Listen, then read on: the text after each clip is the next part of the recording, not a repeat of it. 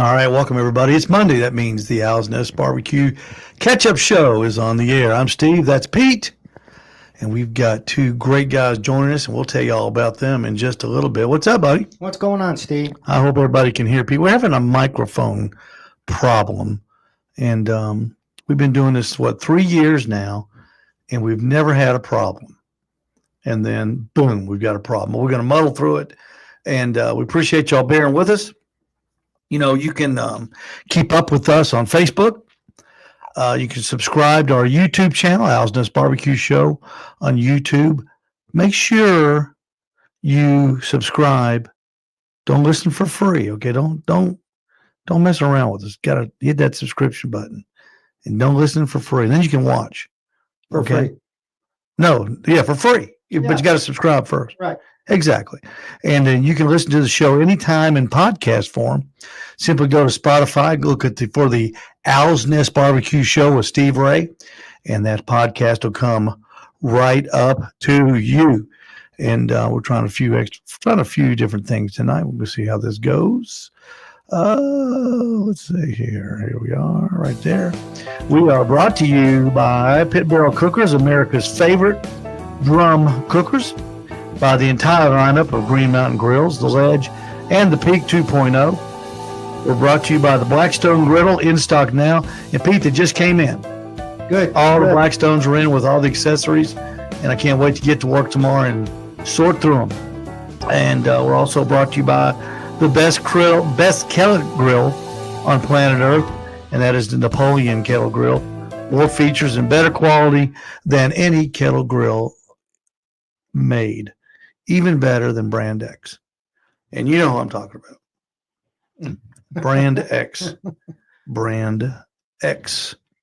I got,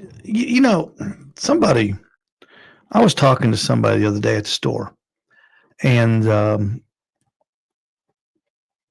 we were talking about something controversial, and they said, you ought to talk about that on the show. So what we've got now, Pete, we have got a part of the show that if you or I have something we want to get off our chest, we've got this part of the show right now. And now, Steve's hot take. I've got a hot take. And my hot take is this. Why isn't Malcolm Reed in the Barbecue Hall of Fame? I don't know if you knew that or not. We talked about it. You and I have already had this conversation once. So I don't understand it either. You know, they just had the nominees last month, and they had the people that were brought into it, and every one of them is deserved. Every single one of them is well deserved. They've got a Impact Award, and this year the Impact Award went to the Barbecue News. Chip Kell's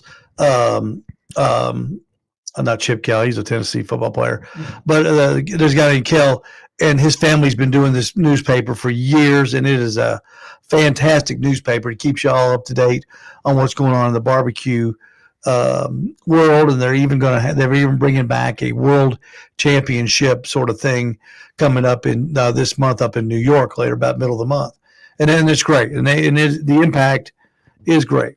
But for the life of me, I cannot understand why Malcolm is not in the Hall of Fame, if not as just a great barbecue personality or the impact. Just think about the impact that Malcolm's had, Pete. Yeah, I get it, but I don't understand it. There's not a limit, right, of how many can go in at one time? Yeah, they do. They do have a limit. But I mean, he should have already been in it. Exactly. That's the thing. You know, his impact in the world of barbecue, when you want to know how to do something. When I got my hog cooker and I wanted to learn how to smoke a whole hog, where did I go? Malcolm's site. And if when I wanted to do my first pork butt when I was just started out, where do you go? Malcolm's site. Because he does such a good job of explaining things to you. And it's not just me, it's everybody. Pete, how many times you sat down and you're going to you want to cook a skirt steak? And we didn't know how to cook a skirt steak. We went to Malcolm's site. We watch Malcolm every day down there at your place. Yeah. I mean, he's got a lot of good stuff on there, right? just like a lot of the other ones. But I'll just tell you, I don't have an answer for it. But hey, that might be a good answer to throw out to Johnny Maggs, to throw out to some other people, just to stir a little, to see maybe there might be something you don't know. They were talking about it last week on another show, and I just thought, that's right. The people that are in it are deserving. There's nobody that they should take out, put Malcolm in. There's no bad choice, but surely next year, somehow, some way, Malcolm Reed. Do they get nominated by somebody? Yeah, it's a process. I don't want to get into that on the air because it's kind of boring. Somebody you need to nominate him and get some support. Well, I've nominated people before. I mean, you can just go to the committee and send up your nominations, but I don't pull any weight. But Malcolm, you should be in the Hall of Fame, and I know you're not, and I know you could care less. But the impact that Malcolm has had on the barbecue industry as a whole, on new people, bringing new people in. Just think about many people that were on the fence. They watched Malcolm and they started cooking, and they bought the products that Malcolm pushes. Yeah. They went out and bought a Primo grill. They went out and bought a pellet cooker. They went out and bought a barrel. Malcolm is an economic force in this business. He sells a lot of seasoning too. Yeah, and we sell, and thanks to him, we sell a lot of his seasonings at the store. That's the kind of impact he's got. But that's just my 2 cents worth. That's my hot take for today.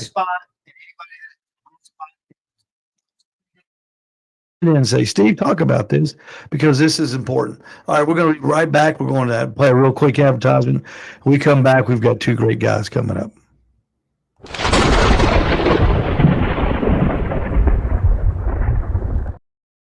This is Ned. He is the proud owner of a Pit Barrel Cooker. Ned, tell us what you like about it the most. It's an excitement every time you use it. Excitement. Excitement. It's every time. I put a roast in there. My wife loved it. 3.5 pounds. Let's see, I've had steaks in it, cooked chicken in it, hang the birds in there, hung steaks, hot dogs. Put some seasoning on them and just hung them up with your little hangers here. Yeah. And just hung them up in there for about, I don't know, a half hour, 45 minutes. Came out nice and juicy and tender. That's it, the Pit Barrel Cooker. Available at Housen's Barbecue Supply. And look at that, just like magic, we've got Grill Billy Holland and Jason Penley, a member of the Grill Billy, this past week at least, a member of the Grill Billy barbecue team. And I don't think, Pete, I know I don't have to tell you, but I sure can tell everybody watching and listening. Billy's ribs. What was the final? I knew there was kind of looked like there was a fluctuation of where you thought you came in and where you actually came in, Billy, on the ribs. Did you see that? Ribs, I believe we was 7th on the ribs. Yeah. That's right. Yeah. And Jason cooked a 180. Is that right, Jason? Yes. Don't be too excited about a 180. 180, man. Good groove, Jason. Come on now. I couldn't hear you. Hey, I saw David Bosca's response to that 180, buddy. That was a great job. You're going to have to do better than that, Jason. Look at this. Look at this chicken box right there. Look at that. That thing is beautiful. It glistens. The sauce work on it is perfect. The leaf lettuce is perfect, and everything about it. Now, I know you can't taste that. You can't taste that box on TV, but you sure. They say when you're judging, the way you judge is when you open the box. Does that box make me want to eat that? And I've got to give you a 100% yes. Thank you. I appreciate it. I guarantee it had a great bite. You get that 180. That bite's part of it, right? It is, yeah. That's We had a hard time getting to that product, though. It was yeah. it was a little bit of teamwork to get our up to temperature on our grill. Yeah. Well, tell us about the challenge that y'all had on that.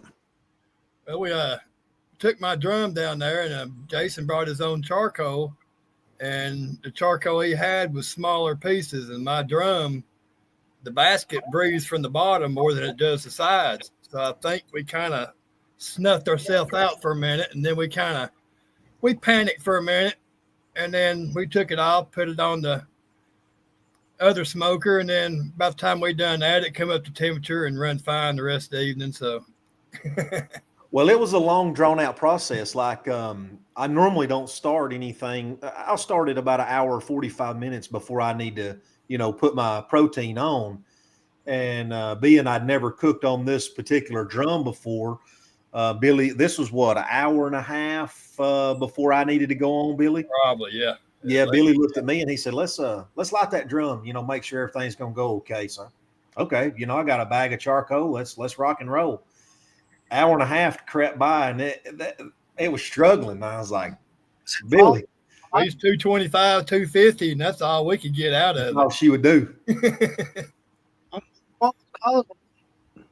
So I had the good charcoal, and it is smaller pieces. Y'all have seen it. It's the acacia wood smaller pieces.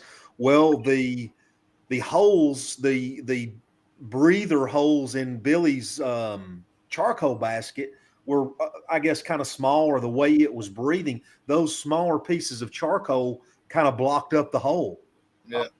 Because it's a top down light, and I figured we had plenty of time, so I just took two tumbleweeds and put on the top to start with, and man, it was creeping, and Billy was like, I normally start it with a chimney full of lit charcoal. I said, we'll pour one on there and try it. And it's still 225 is all she would do. And I was like, Billy, I got to have some temperature, buddy. I'm cooking chicken here. We got to get on the ball.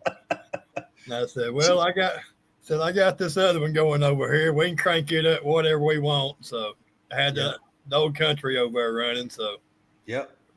we throwed it in there. But like I said, about the time we done that, the drum come up to temperature. So we made it all work, though. So you cook Say that again. on cookers. I still started it out on the drum, even at 225, because We left it there for a little while, yeah. Even it was struggling, we still left it there to get the flavor into it. Yeah, I He wanted did. that. I'm saying that direct- he does his cook, so yeah.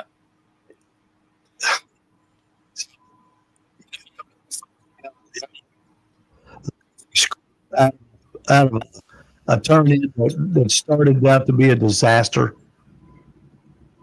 That seems like it's always the way it goes. But Yeah. we Yeah. started calling it a competition panic is what we call it. Yeah. we kind It's of panicked you know, a little early, but I mean, you got your timeline down, I mean, I've got it broke down to almost the exact minutes. So from the time I need to put my protein on, I don't have a lot of time to mess around. So it was go time, and I was a little worried about my final temp just because we got a slow start and we cranked the gravity feed up, and it was a little bit stressful. So did you 2 weeks ago, Jason, you were on the show with Michael. You cooked chicken up in on his team up in Winchester. Lebanon. Oh, Winchester, that's right. And you had a real good place there, and you gave your method on that show, and all of a sudden that method has become more valuable on that show. That show is going to start getting a lot of hits, I'll bet you, from last week. Never do they get the whole thing. No. Well, I tell you, I just think it's great, Jason and Billy, and Billy, your ribs coming in 7th place, the top 10 in ribs. I mean, gosh, man, that's yeah.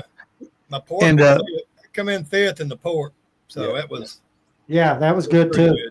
For an overall 5 in 5th Yep. place. So that they was call good. they call the top 5, so we got a call in the pork and the chicken, so yeah. had our name called anyway, and then a 5th overall in the KCBS. So Good job. Yeah. Good job. So, Jason, somebody else cooked their chicken. They got a 180 as well. How do they decide? How do they decide that? It went to the drop score. Now, what is the drop score? So you've got 6 judges, and your lowest score drops. So Right. Judge number one. Billy's got the score sheet. You I had gotta check that. 988 on Judge 1. The rest of them were 999. Yeah. So my So low evidently score. the other team had a 989 or a 999 or something, but his low score dropped and theirs was better. So Yeah, when there's a tie like that, a perfect 180s, then it goes to the drop score, and whoever has the better score of the drop score, then that's how they do the placement. yeah. That's correct. And for the record, that is the team that beat us in the chicken was Electrocuted. That's their team name, and they are the number one backyard KCBS team in the nation right now. Yeah.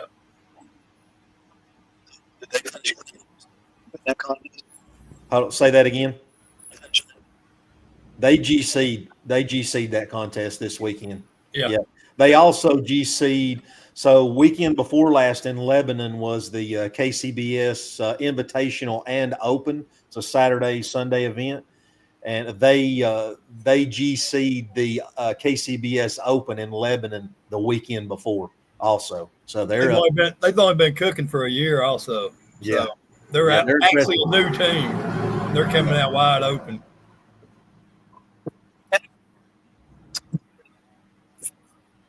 Your microphone is getting you. We can't hear you when you first start talking.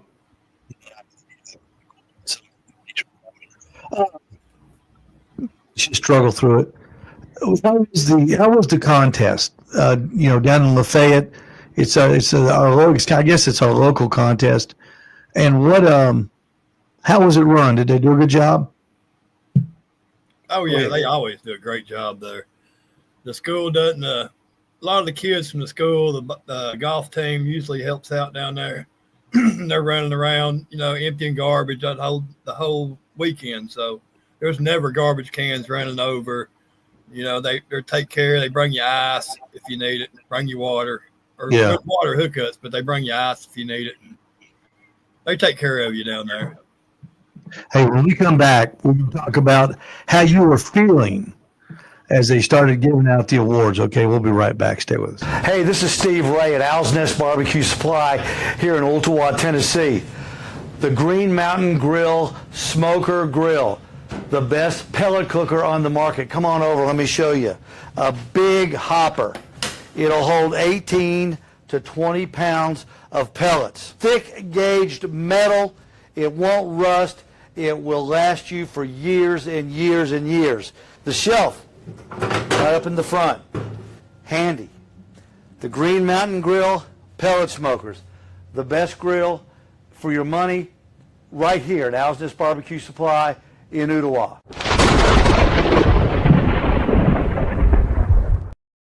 That's right, Green Mountain Grills. Available at Owl's Nest Barbecue Supply. We just got a new shipment in at the pre-tariff prices. So we got the best deals going on Green Mountain Grills at Owl's Nest Barbecue. When you're sitting there and they're making the calls, and now Jason, I want you to be honest. Did you think that you didn't place, or did you think it was that good that you did? No, so the last 2 weekends that I've had decent showings, I felt like both times that no, this is not the product that I wanted to turn in.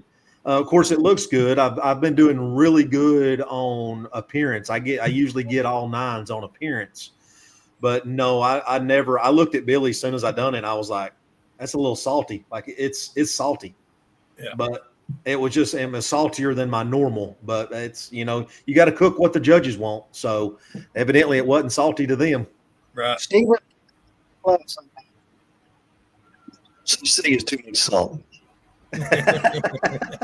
Yeah, Steve likes that salt. Billy, on your ribs, let me find your box real quick. I've got it right here. And there's your rib. Billy, I like that. I've never seen two presentation ribs. Is that something you picked up, or is that something you invented? Well, I couldn't really stack the box like I wanted it, and I just kind of wanted to fill the box and make it look a little more presentable. Well, I think it's unique, and I'll bet the judges haven't seen a box like that because usually we're stacked, two across all the way, and maybe with one on the bottom. But I kind of like that. I've seen a lot of people put a little extra in boxes before. A lot Yeah. of videos I've watched, and But man, those things adds to the presentation, I guess. you nailed the color on the. They was a little tight. That was the problem with them. They was a little under. I got fooled on my temperature. I went with my pen instead of my feel. So Yeah, I think I'm throwing all my temperature probes away and going back to these. going back to old school. Yeah. Did you put those on your gravity feed? Yes. And how many ribs did you cook? How many racks did you cook to get those? I cooked 3. 3 And I racks. had a Did they all- smaller, thinner rack, and it actually got overdone, but them Yeah. two were about the same size, so they was just a little tight, and that was the issue. But I learned something, so Well, every Always- time you cook, you learn something. Yep. Well, I tell you, I just Jason, when it came across Facebook, when you said you got a 180, everybody was just wow. I don't think I've. I'm making me a copy of this, and it's coming back to its rightful owner. It's got to be hung in their cook shack. So as soon as I get done with my copy, That's a good looking trophy too. Thank you. Well, what's wild though is so like normally, in a KCBS event, you and this is no jab at the I think Finkbone was the one that was doing the announcing. He was calling out everybody. Normally in a KCBS event, like you've got a KCBS representative that's calling stuff out, and they know like the significance of getting a 180, and like they really they'll make a big deal of it. Well, he's calling out the names, and he's like second place in chicken, Grill Billy Holland, and I was like, yes, yeah. And I'll tap Billy, and we're going up there. Well, like, we're walking up there, and he's like, and it was a 180. And I'm like, I turned around and looked at, I turned around and looked at Michael and Anthony, and I was like, it's a dang 180. I just scored 180 on chicken. Like, that's like the holy grail score, Yeah. Chris said, Yeah. was he just messing with you, do you think, or do you think you didn't know the ramifications of a 180? No, I don't. I just don't think. I mean, maybe he knew, but it was just, he didn't have the enthusiasm that a KCBS rep would have had when he was doing the announcing. Well, even after the awards, one of the top teams in the country come up and said, "Congratulations! I've never got a 180 in chicken, and he's been doing it 5 years, I think he said." So Yeah, that was Pat with Leela Q. He come up. Leela Q, yeah. I think I know he's in the top 10 chase right now, but he may be in the top 5. I'm thinking, yeah. Yeah, I think Leela Q is in the top 5 in the nation right now, and very, very nice guy. Shout out to Leela Q Barbecue too. What's the thought process? Because I know they were trying to get teams to make it a Jack qualifier, and several of the I don't know if several, but a few of the backyard teams moved up to pro. What did they offer that to y'all, or y'all just said no, we're just going to stay? Yeah, they offered it to us. We just decided to stay in the backyard. But we ended up there in the parking lot with them anyway. So That's even a better way to get there, right there. Yeah. Yeah. Speaking of that, let's back up a minute, Billy. So we did our have weekend started out, a little rough anyway. So Yeah, go ahead and tell the story. Yeah, so we did have trouble with the smoker on Saturday morning, but let's back up to Friday afternoon when we get there. So I know one of the other guys that's doing backyard. So I told Billy, I said, I believe that's his truck and smoker and stuff right over there. So let's go set up with him. So, and this was his first contest. I'd be like, look, we'll get next to him and he can hang out and we'll hang out and whatnot. Well, we're looking and they've got their smoker backed in and their door on their smoker's on one side. So me and Billy, we're talking. I'm like, well, surely they're going to set up on that side over there because that's the way their door of their smoker is. So me and Billy set up. I mean, we've got it set up a nice little spot. Perfect. We've got our tents up. We're kicking back. Friday afternoon, game on, Well, I walk up. I had to go pick some stuff up. Sean Cosby had some stuff for me. So I walked up there to Sean. Well, I walked back, and Billy's walking around with this, this puzzled look on his face. And I'm like, Billy, everything all right? oh, this guy over here says we got his spot. And I was like, what? Yeah. And here comes this guy. Sure enough, he's like, well, I don't know what we're going to do about this. I don't know how we're going to handle this. I was like, No, man, and I come offered, on. hey, we can just thin up. We can make, well, I got as much stuff as you do. And he Yeah. just come off the wrong attitude at first, but ended up being a nice guy into the weekend, you know. But Yeah. Ended up we ended up making friends with him, which we didn't get sideways with him or nothing. no, And I know, some of the guys that put it on down there, because I mean that happens 10 minutes from my house. So I knew some of the people that was running the show. And I just went to them and I was like, look, where's the overflow lot? Like, we got an issue down here, our fault, whatever, no harm, no foul. We're going to move. So he was like, I think there's an extra spot down here next to all the big boys, up here on the hill. And I said, well, hold on a minute. Let me call Billy. So I called Billy on the phone. I'm like, Billy, look up here at the hill at me. Look up here. I said, you want to move up here? Billy's like, yeah, we'll move. So we had to completely pack up and move and reset up on Friday afternoon. back up like it was Sunday or Saturday afternoon. Yeah. Yeah. Well, so valuable lesson about barbecue contest. Your spot at a barbecue contest is the same as the seat you sit in at church. You don't mess with it.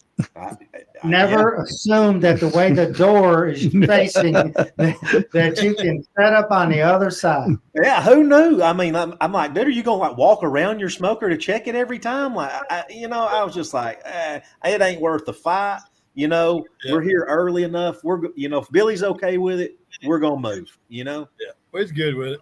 Which is It all because worked out. somebody sat in their seat than any other reason. So that guy will probably never do another barbecue contest because y'all got in his spot.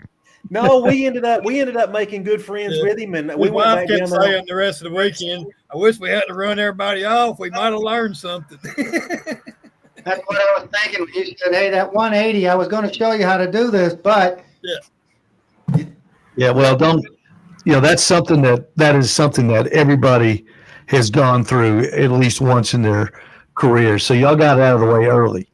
Yeah. Yep. So y'all got it out of the way early. We're going to take a real quick break. When we come back, we're going to talk about a little bit of your origins of how you guys got started in barbecue. Stay with us. Hey, this is Steve Ray at Al's Nest Barbecue Supply in Ooltewah, and I am really excited about this. Eggs, sausage, bacon, Loco Mocos, for gosh sakes, on the Blackstone Griddle. It's the fun part of your back porch. This is the fun station. This is where you all gather around and make great food. And we've got them now here at Al's Nest Barbecue Supply in Ooltewah, and all the accessories too. The Blackstone Griddle. Get yours right here at Al's Nest. you told him that. All right, we're back. Jason, I guess you're the I don't know if you're the newest contest cooker that we know right now, but you've only been doing it, what, a year? That was my fourth KCBS event. I've done two, counting your rib cook, I've done 3 non-sanctioned events and 4 KCBS events now. So what made you want to cross over from just cooking in the backyard to try the contest route? I think the science of it, I guess, if that's the right word, because I tell everybody, which don't take this wrong, because you do taste some good barbecue, some good food in competition cooking, but competition barbecue to me is not the best barbecue. It's not the best food on the planet. You have to cook middle of the road. It can't be offensive one way or another. It can't be too sweet. It can't be too hot. It can't be fall off the bone.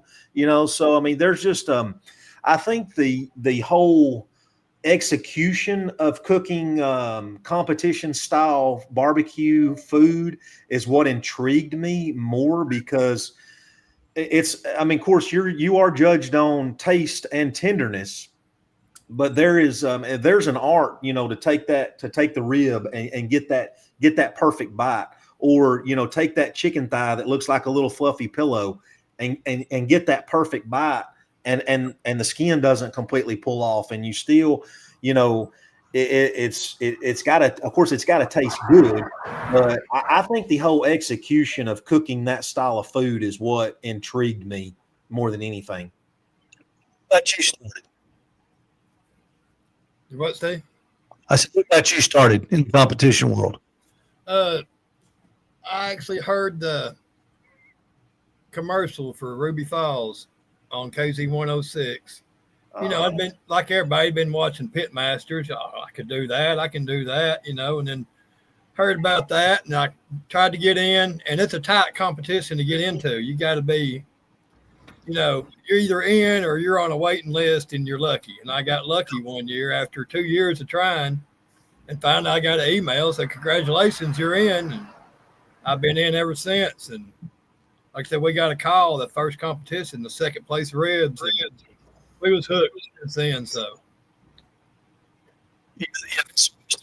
I mean, we just went to have fun and you leave with the trophy, you know, that's it was on then.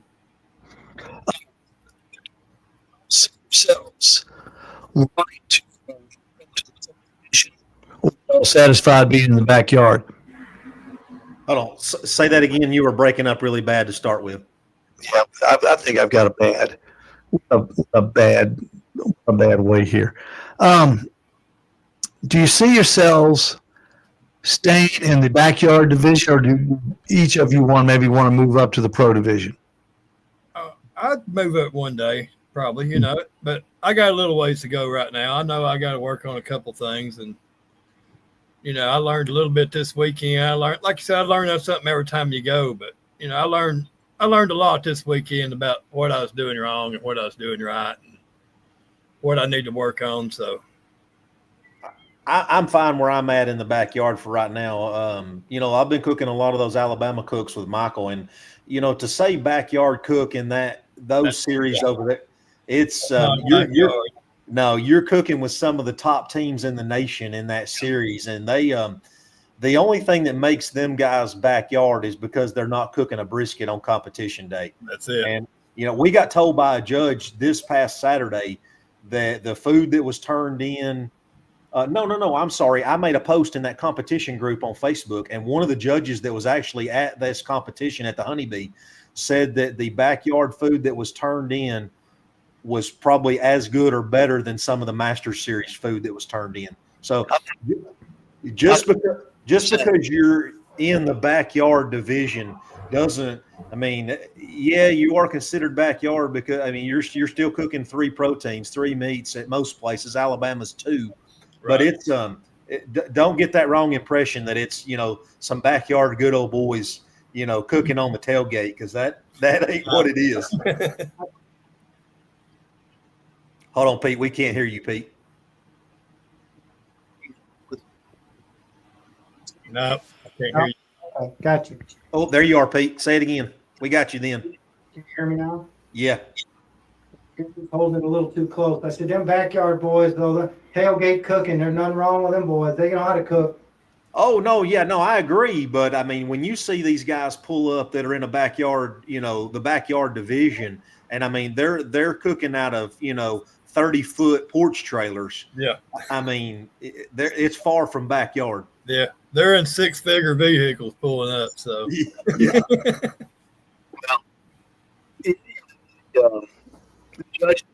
What you cooked your food on. That's a good thing about it. right.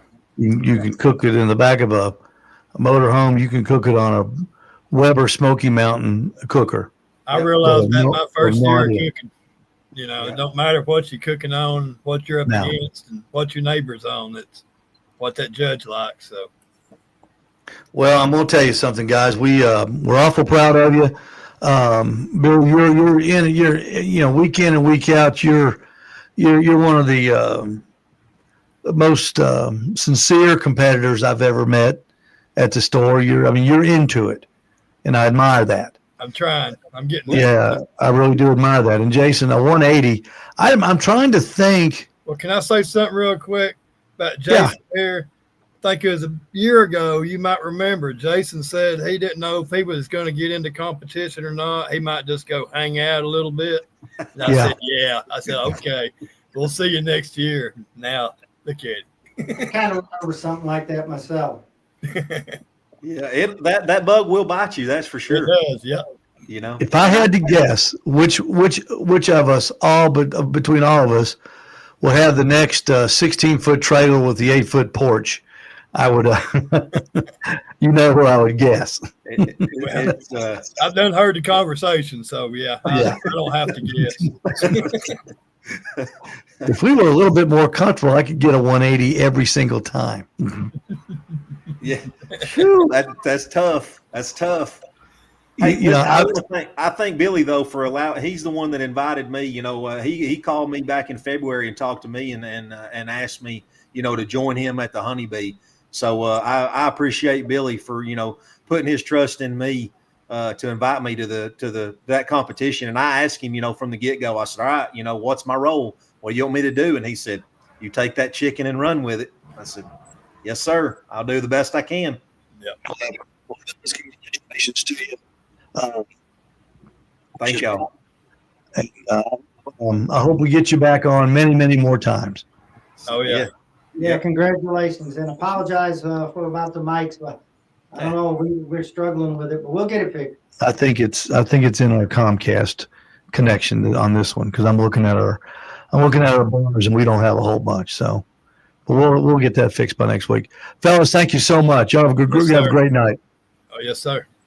Billy Harlan and Jason Penley, two of the final ones that come in the store. Pete. Yeah, that's what I like about them. Yeah. Okay, we're going to go to the food section of the show right now, and the food section is brought to you by all the different pellets at Owl's Nest Barbecue Supply. All you backyard cookers, what does your life lack? Choices for your pellet cooker flavor, right? We've got them right here at Owl's Nest Barbecue Supply. The best selection of pellets in the Chattanooga area. Just in, Barbecuer's Delight, apple pellet, contest mix from Barbecuer's Delight, pecan, cherry, oak.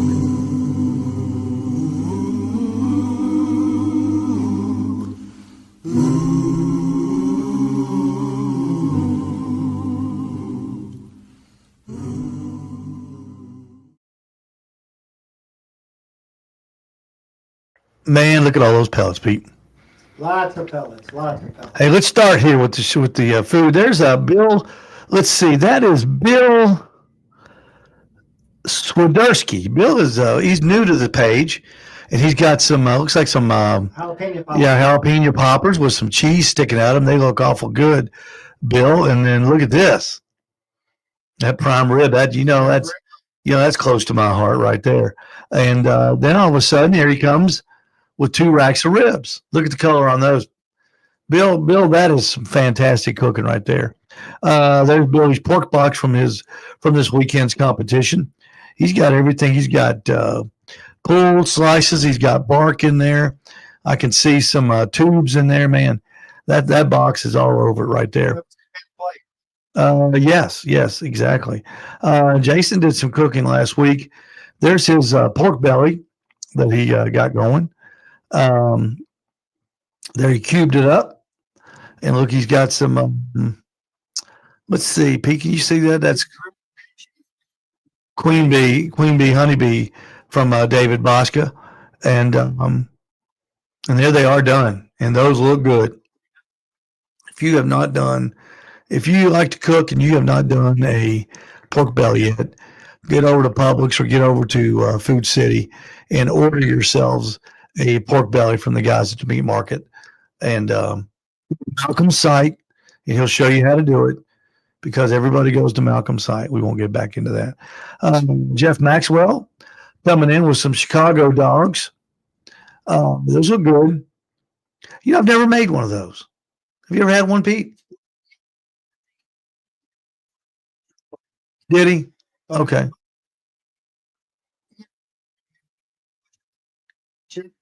He loves those things, man. He peppers them up, and they are pretty good. Yeah. Mike Shadwick with pork butt he did on the pit barrel cooker. Ken Smith from over in Middle Tennessee. That is chicken that he cross hatched. And that looks absolutely delicious with that Killer Hogs Malcolm's The Barbecue sauce. And that looks absolutely delicious, Ken. Perry Collins checking in with a filet and a baked potato and some asparagus spears. And there they are on the grill. Perry uses that little grill he bought. He should. That is the best cooking tailgating grill, especially if it's just you and your wife. It's wonderful. Yeah, $89.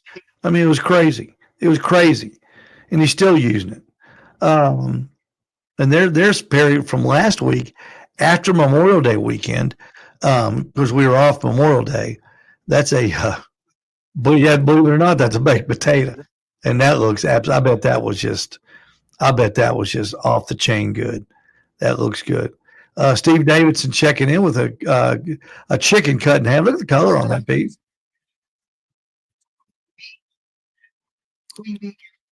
Yeah, that looks good. And this is what I like. Look at that pulled chicken. Yeah. I like barbecue pulled chicken. I don't like pulling chicken, but I like to eat it. And that looks like a great stack of it right there, Steve. There's some New York strips with some nice real great marks on it from Steve Davidson. Thomas Damon checking in with us from Germany with pork belly. Yeah. So and then here it is done. There's this crispy pork belly. It looks different than the way we do it, but it looks good. And that's it. Good pictures this week, everybody. Everybody, thanks for watching. Thanks for listening. Sorry about the sound problem. We were, I don't know what it is. I think we just got a bad signal from our internet provider here, but I'll check it this week and we'll get that remedied. I promise. We'll probably have to hardwire this thing back in there, but that's good. We're going to get out of here. Everybody, thanks for watching. Thanks for listening. As always, as you motor on through the week, to everybody, we'll see you next Monday. And as always, here from the Owl's Nest Barbecue Show, from Steve and Pete, always cook out loud.